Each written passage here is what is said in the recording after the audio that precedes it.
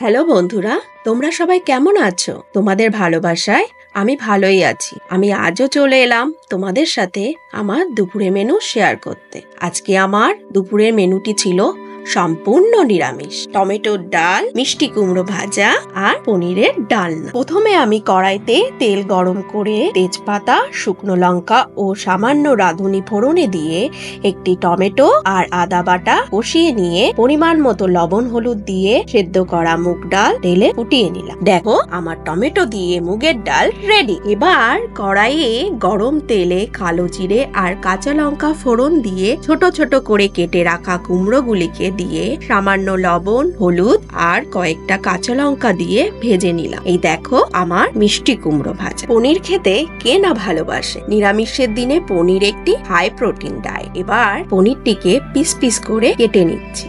গরম তেলে পনিরগুলোকে সামান্য লবণ, হলুদ দিয়ে হালকা লাল করে ভেজে তুলে নিলাম।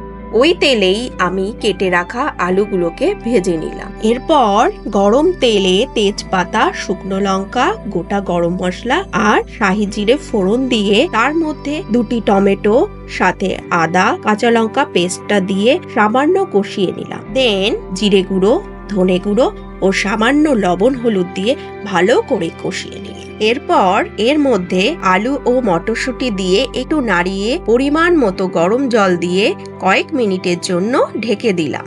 আলু সেদ্ধ হয়ে যাওয়ার পর পনিরগুলোকে দিয়ে আবারও 1 মিনিটের জন্য ঢেকে দিলাম। এবার একটু ঘি ও একটু গরম মশলা দিয়ে নামিয়ে নিলাম। দেখো বন্ধুরা, আমার আলু পনিরের ডালনাও রেডি। আর এই যে আমার দুপুরের সম্পূর্ণ নিরামিষ সুস্বাদু মেনু।